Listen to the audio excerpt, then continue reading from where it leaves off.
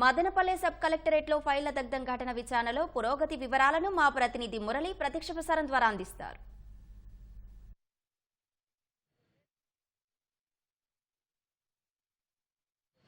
అన్నమయ్య జిల్లా Madanapalle sub collector కార్యాలయంలో ఆదివారం రాత్రి 11:30 గంటలకు జరిగిన రెవెన్యూ దసరాల ఘటనపైన పోలీసు రెవెన్యూ శాఖ సమాంతరంగా విచారణ కొనసాగిస్తుంది. గత 5 రోజులుగా ఇక్కడే మకాం వేసిన 2 శాఖల ఉన్నతాధికారులు దీనిపైన పూర్తి స్థాయిలో ఈ కుట్రకోణాన్ని వెలికి తీయడానికి తీవ్ర స్థాయిలో విచారణ కొనసాగిస్తున్నారు. నిన్న ఉదయం నుంచి సిఐడి చీఫ్ రవిశంకర్ అయ్యన్నారు డిఎస్పీ కార్యాలయంలోనే మకాం వేసి అనుమానితులందరినీ కూడా విచారణ చేశారు. వారి కాల్ డేటా, ఫోన్ కాల్ డేటాతో పాటు రెవెన్యూ సిబ్బంది, అదుపులో ఉన్నటువంటి గతంలో పనిచేసినటువంటి ఆర్డీఓ మురళి, ప్రస్తుతం ఉన్నటువంటి ఆర్డీఓ హరిప్రసాద్తో పాటు senior assistant Gautam Teji, VRA Ramanayya అందరినీ కూడా 5 రోజులుగా అదుపులో ఉన్నారు. వాళ్ళందరి ద్వారా కీలక సమాచారాన్ని రాబట్టడం మనకు తెలుస్తుంది. అదేవిధంగా 35 మంది అనుమానితులను ఇప్పుడే గుర్తించినటువంటి పోలీసు సిఐడి అధికారులు వారందరినీ కూడా విచారిస్తున్నారు. వారి ద్వారా సమాచారాన్ని కూడా సేకరిస్తున్నారు. మరోవైపు రెవెన్యూ శాఖ నుంచి కూడా సమాంతరంగా విచారణ కొనసాగుతుంది.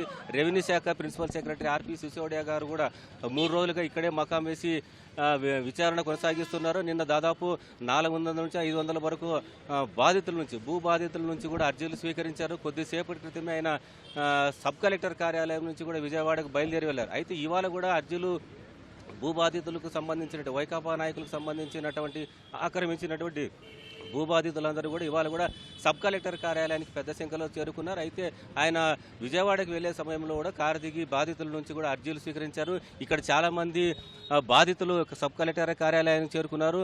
వారిని అడిగి తెలుసుకుందాం వారికి ఏం అన్యాయం జరిగింది. అన్న చెప్పండి, మీరు ఎక్కడి నుంచి వచ్చారు, మీకు ఏం జరిగింది, ఏ అన్యాయం జరిగింది? సార్, నా పేరు లక్ష్మీనారాయణ.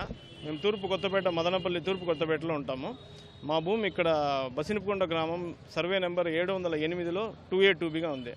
1982 అవధూతి మొగిలమ్మ దగ్గర 1.98 1 ఎకరా 98 సెంట్లు లీలాకుమారి సుశీలమ్మ పేరు మీద మేము కొనడం జరిగింది. రిజిస్టర్డ్ భూమి అది. తర్వాత 2A2Bగా 99 సెంట్లు 99 సెంట్లుగా మా అమ్మ పేరు లీలాకుమారి, మా పెద్దమ్మ పేరు సుశీలమ్మ పేరుతో సబ్డివైడ్ చేసుకున్నాం. 2016 దాంట్లో మేము తైలమ్మాన్లు పెట్టుకొని సాగు చేసుకుంటున్నాం.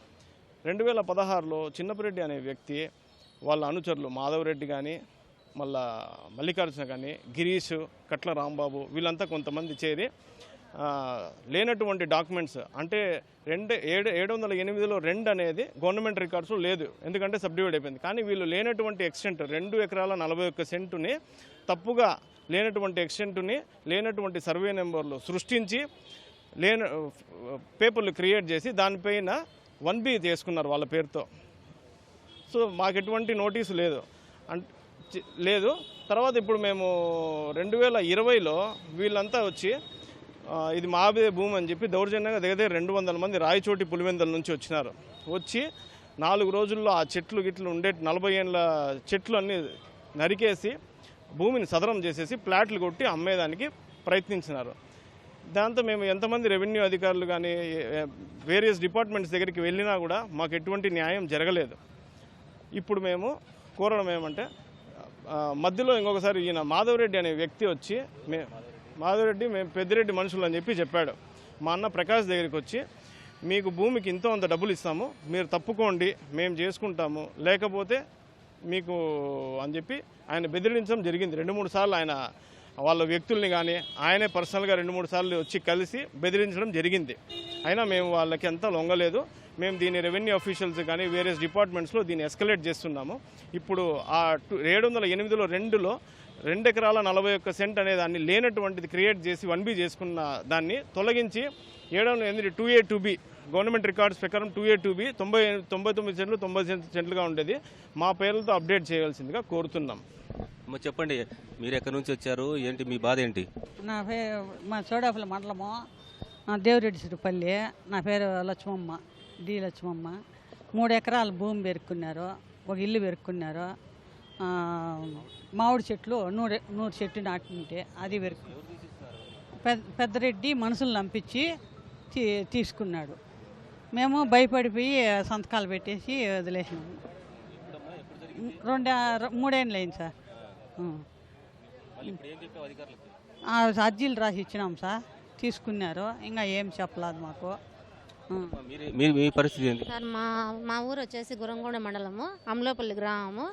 మా అవ్వగా శ్రీనివాసపురం సార్. శ్రీనివాసపురము మా భూమి 3 ఎకరాల 15 సెంట్లు ఉంది సార్. మేము బయట వ్యాపారం చేసుకుంటూ ఉన్నాము. మాకు ఇంట్లో ఆడ వ్యవసాయ సరిలేక బయట వచ్చేసినాము. మా తాతగారు వాళ్ళు చనిపోయినారు. 3 తరాల నుంచి భూమి మాదే. ఇప్పుడు పోయేసి 5 ఏళ్ళ నుంచి ఏరే వాళ్ళ భూమి వైసీపీ వాళ్ళు వచ్చేసి అది ఆక్రమించుకునేసినారు. మేము స్పందనకు పోయినాము, తర్వాత ఎంఆర్ఓను ఈఆర్ఓను అందరిని కలిసాము. కలిస్తేనేమో వాళ్ళు లేదు మీకు లేదమ్మా, మీ పేరు లేదు, మీ పేరు లేదు అంటారు. ఏం మేడం మా పరిస్థితి అంటే కేసు పెట్టుకోపోండి అంటారు.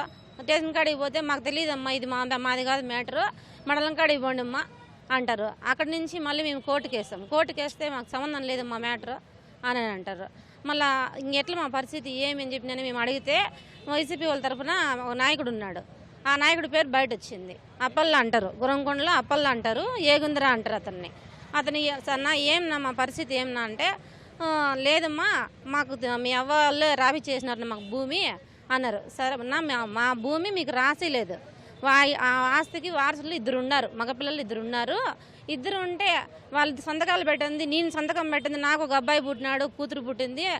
అది ఎట్లా మీరు ఎట్లా రాసుకుంటారు, నా మాట లేదు మీరు ఎట్లా రాసుకుంటారు, పిల్లలు ఉండరు కదా అని అంటే లేదు మీ వాళ్ళే సంతకాలు పెట్టినాక నువ్వేం తెచ్చి మాట్లాడేది పెద్ద బోడి అనేసి అప్పల్ అనే వ్యక్తి, వేగుంద్ర అనే వ్యక్తి మమ్మల్ని దౌర్జన్యం చేసినాడు. సర్లే అని మేము పోరాడి అప్పు సప్పు చేసుకొని కోర్టుకు వేసుకొని ఇంజక్షన్ ఆర్డర్ తీసుకుపోయాం. ఇంజక్షన్ ఆర్డర్ తీసుకుపోతే కంసలోళ్ళు కందుల కృష్ణ అని చెప్పేసి కంసలోళ్ళు గోపాలకృష్ణ రామలక్ష్మమ్మ అనేసి వచ్చేసి మమ్మల్ని మేము కంసలోళ్ళం కానీ భూమి మా పేరు మీద వచ్చేసింది, నువ్వేం చేయలేవు, ఇంటికి కానీ పీకలేవు, భూమి మాది, మాకు చెప్పు.